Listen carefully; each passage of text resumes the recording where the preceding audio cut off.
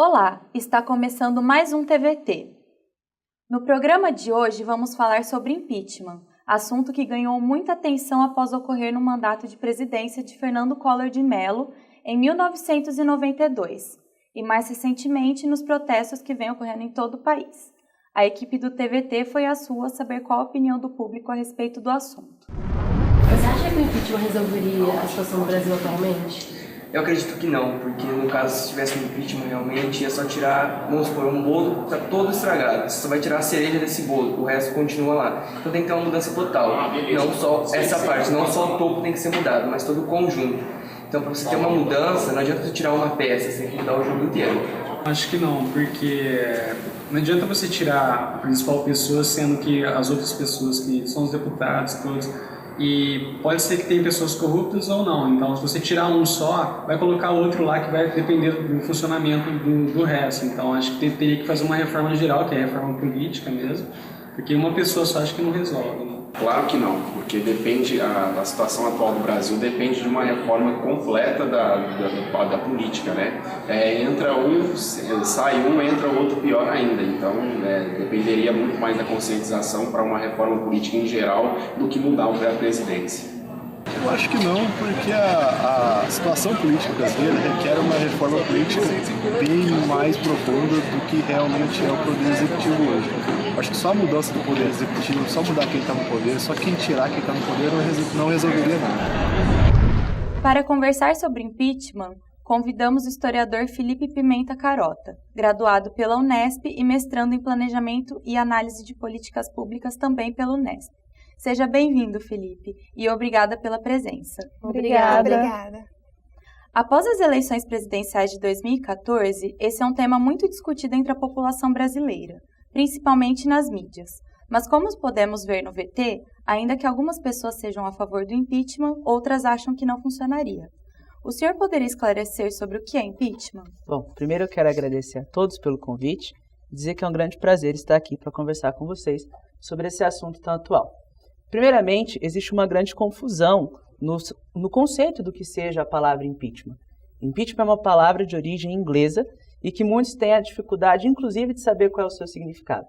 Ele tem duas naturezas. A primeira é uma natureza política.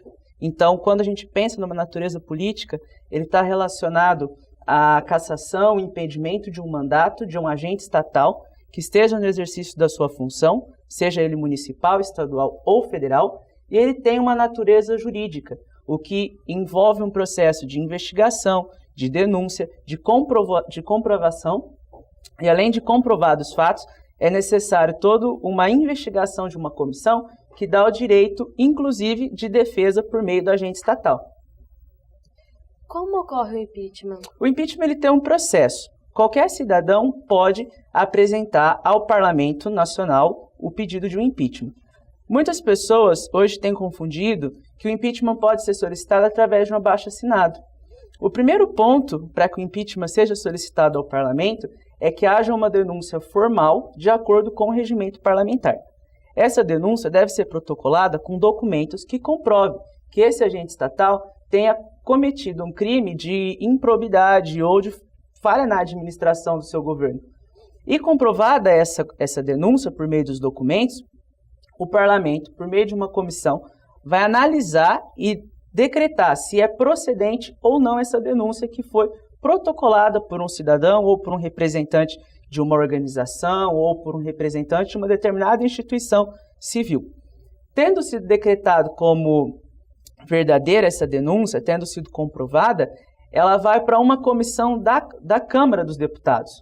E depois de um parecer que é relatado pela Câmara, 2/3 dos deputados precisam votar uma situação de impeachment que é encaminhada ao Senado. Quando encaminhada ao Senado, o agente estatal ele é afastado do seu governo por 180 dias. E nesse período, ele tem o direito de defesa. E tendo decorrido 180 dias sem julgamento do Senado, juntamente com o STF, o mandatário do cargo do agente estatal tem o direito de voltar ao cargo e continuar exercendo a função. Então, muitas pessoas hoje acreditam que o impeachment seja uma solução instantânea para um cenário de crise política no Brasil.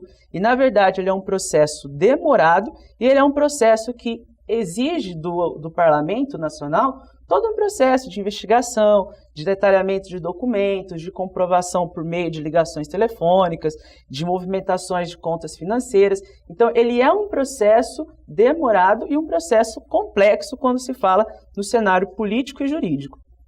E o que acontece quando a pessoa no poder é afastada pelo impeachment? Hoje se discutiu muito que, havendo o impeachment da presidente Dilma, muitos acreditariam, e acreditam ainda, que o segundo candidato das eleições, no caso o senador Aécio Neves, assumiria o governo. Mas existe uma grande confusão com isso, porque na ausência do presidente da República, ou do agente estatal, no caso do governador ou do prefeito, é o seu vice que assume.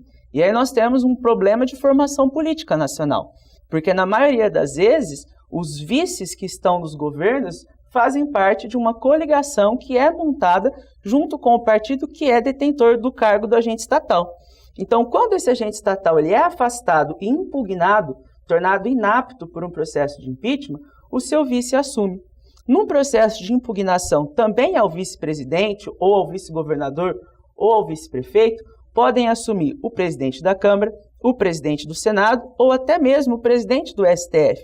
E quando nós consideramos que o Parlamento Nacional tem na sua maioria candidatos que também são da base governista, será que realmente teríamos uma grande mudança no cenário político, assumindo a vice-presidência ou a presidência do Congresso ou mesmo do Senado? Então essa é uma questão que nós precisamos refletir com um cunho político acirrado, analisando quais são as propostas de cada partido, porque não basta simplesmente a cassação ou impeachment de um agente estatal. É necessário pensarmos quem substitui lá. Qual a diferença entre o impeachment e a cassação? Quando nós falamos de cassação de um agente estatal, nós estamos falando de retirar um mandato no qual aquele agente estatal possui o exercício e a função. Então, no caso, se houvesse uma cassação da presidente ou houvesse uma cassação no nível do município ou do estado, haveria um simples afastamento daquele mandato. Aquele mandato seria cassado. No processo de impeachment, ele seria impugnado. Ou seja, aquele mandato não seria considerado como validado através dos atos constitucionais. E não sendo validado esse mandato, a partir da data em que ele teria fim, então no caso da presidente, se ela fosse afastada por um cenário de impeachment, até o último dia que seria o fim do seu governo e mais 8 anos, ela estaria afastada e impugnada dos seus direitos políticos de concorrer a qualquer representação, seja ela em nível municipal, estadual ou federal. Então aí está a diferença da palavra cassação para impeachment. A cassação ela é temporária, o impeachment ele é de longo prazo, ele significa a impugnação a qualquer nível de representação desse agente estatal. Quais são os maiores exemplos de impeachment na história? E aí que eu gosto dessa pergunta é porque nós podemos deslocar um pouco do cenário nacional e pensar como que esse cenário do impeachment ele aconteceu em outros países. Nós temos ainda no século XIX, com o presidente Johnson nos Estados Unidos, um caso de impeachment. Depois, já no século XX, com o caso Nixon, no meio de um processo de pedido do seu impeachment, ele renuncia para que não seja, então, impugnado e seja afastado dos seus direitos políticos. No Brasil, um dos casos mais famosos foi o caso do presidente Fernando Collor de Mello, em 1992, que foi decretado por meio do Senado, o seu impeachment com 2/3 dos votos dos senadores daquela atual legislatura. Mas a gente também tem que tomar o cuidado que não foi só na presidência que nós tivemos casos de impeachment aqui no Brasil. Um outro caso que ficou muito conhecido foi na cidade de Campinas, quando o prefeito, no ano de 2001, se não me engano, teve também, devido a casos de corrupção e denúncias que foram comprovadas por meio de documentos, por meio de uma comissão instalada pela Câmara de Vereadores daquela cidade, no qual o prefeito de Campinas teve o seu mandato impugnado e está, durante 8 anos, proibido de concorrer a qualquer representação pela Prefeitura de Campinas ou pela Câmara de Vereadores, ou em qualquer nível, seja ele estadual ou nacional. Quais foram as denúncias que resultaram no impeachment de Fernando Collor de Mello?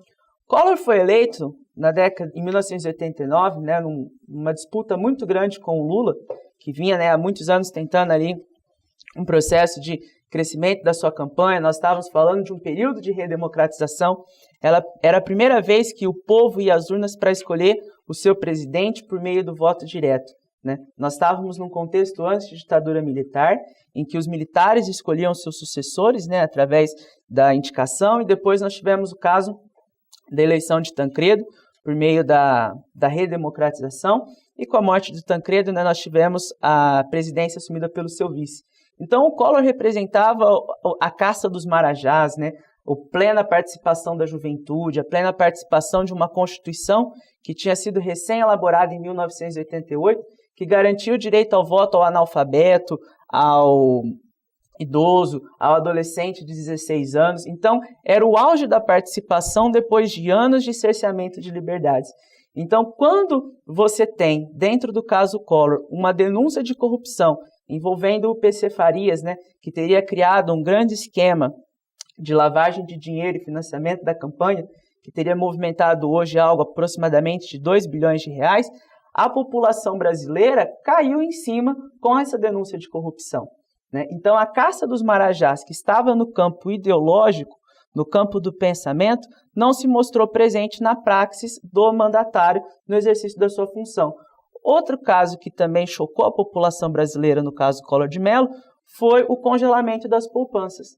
Então, você tem também, por outro lado, além da corrupção, do desvio de dinheiro para a campanha eleitoral, por meio do seu tesoureiro, que era o PC Farias, o Collor também, de uma medida arbitrária, interferiu nas contas privadas da população brasileira, né? Então, houve um grande desencontro entre aquilo que era discutido, aquilo que era proposto e aquilo que estava sendo realizado.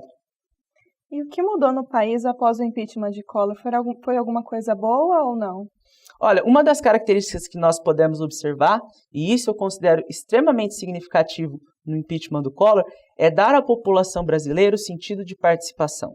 Depois de 25 anos de liberdades políticas restritas, de censuras e de repressão nas ruas, sem direitos de expressão, ou sem direito de mídia, ou sem direito de liberdades políticas, as pessoas puderam, através do impeachment do Collor, pintar as suas caras e sair às ruas e dizer qual era o pensamento em que a nação brasileira, que aquela juventude estava construindo na década de 90. Ou seja, um dos maiores legados que o impeachment Collor trouxe, e não é à toa que nós vemos hoje as sociedades de rede, né, como o Manuel Castells fala, se mobilizando através dos protestos, mesmo nas primaveras árabes, como a gente teve na região do Oriente Médio. Depois não foram só 20 centavos, né, quando aumentou o preço do transporte em São Paulo e tantas outras capitais do Brasil. E agora nos discursos, né, contra o mandato da presidente Dilma Rousseff, nós despertamos no Brasil um sentimento de que é possível, por meio da participação política, o cidadão colocar as pautas que vão ser discutidas, que vão ser votadas, que vão ser implementadas por meio do parlamento. O que torna a democracia participativa e não representativa, e não delegar a um agente estatal o direito de votar ou de representar ou de manifestar a sua opinião pelo povo, mas de que o povo leve ao parlamento as suas pautas e que o parlamento decida, então, por meio dessa democracia participativa, as vozes das ruas, as vozes dos movimentos de massa. E esse é um dos grandes legados que o impeachment de Collor deixou para a nossa história brasileira. Como os movimentos que ocorreram na época do Collor podem ser comparados aos ocorridos esse ano? Bom, eu citei para vocês o caso do Manuel Castells, né? Castells fala muito da sociedade de rede. E como que nós temos os protestos hoje? São protestos que começam principalmente nas redes sociais. Começaram através de comunidades virtuais, através de redes sociais, e essas redes despertaram na população um sentimento de participação, de revolta, de querer colocar realmente a sua ideia, a sua voz, o seu discurso, de se mobilizar, de ir para as ruas, de se organizar em instituições civis, sociais. E quando a gente pensa o impeachment do Collor, nós estávamos no auge, no maior ponto da publicidade e da propaganda eleitoral. Nós estávamos disputando uma presidência da República entre Lula e Collor através do sistema midiático. E nós temos toda uma discussão do poder que a mídia teve no processo eleitoral. E pela primeira vez, a mídia serviu tanto para a ascensão do cargo do agente estatal da presidência, quanto para a divulgação dos casos de corrupção que existiam dentro do seu governo. Então, o que nós temos em comum entre o impeachment do Collor e a discussão do impeachment da Dilma hoje é essa sociedade da comunicação. É essa sociedade em que a mídia passa a fazer parte da formação da população, de como essa população pensa, de como que essa população absorve a notícia e a possibilidade de mobilização social seja ela através da telecomunicação, seja ela através da internet, seja ela através das redes sociais. E isso, com certeza, vai ser o grande diferencial para que as sociedades do futuro possam se organizar na escolha dos seus representantes, na escolha dos seus cenários e numa grande reforma política, que é o que o nosso país precisa. Felipe, muito obrigada pela sua participação. O TVT fica por aqui. Semana que vem tem mais. Até lá. Obrigado. Obrigada. Obrigada.